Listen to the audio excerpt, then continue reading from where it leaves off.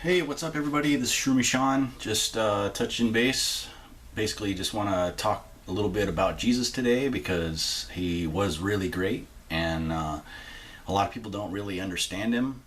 Don't really understand what his real story was.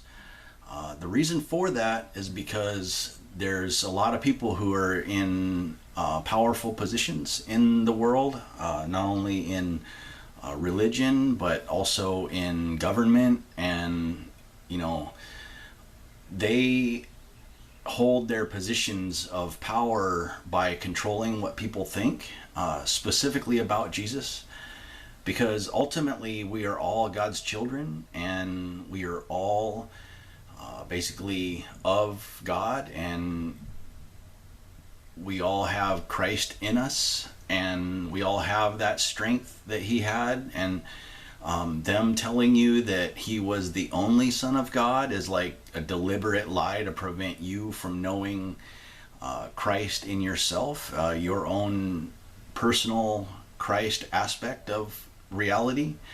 And there's a reason for that, and the reason for that is because they want to hold power and control, and they want to control your mind, and they want to keep you from basically getting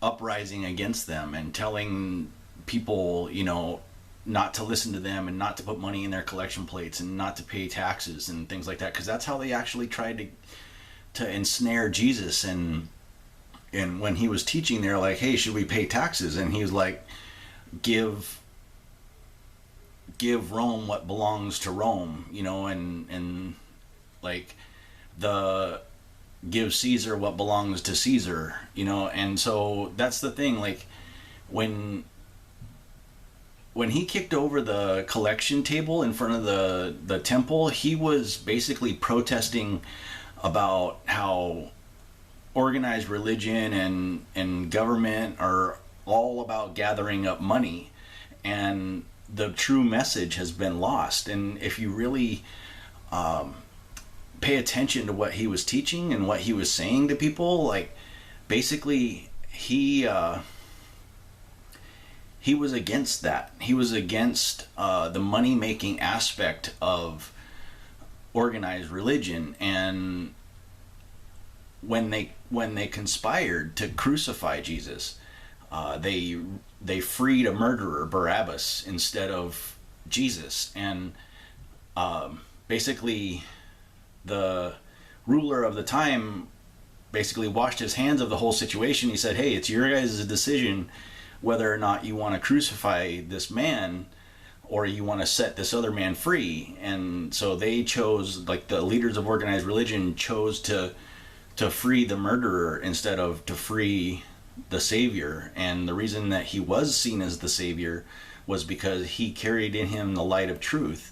And the light of truth is one of unconditional love and understanding that was so simple and so pure that it stood to undo all the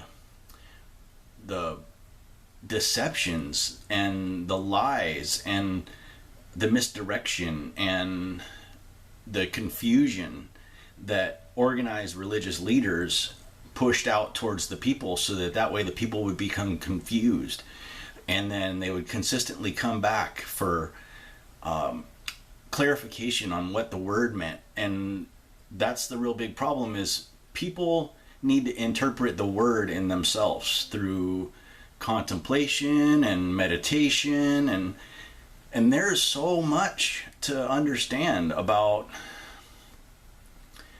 what Jesus was saying in his life and what he was actually teaching people. And he had 12 apostles, and there's only Matthew, Mark, Luke, and John in the Bible. And there's a reason that a lot of the stories about Jesus were edited out of the scriptural narrative of his life.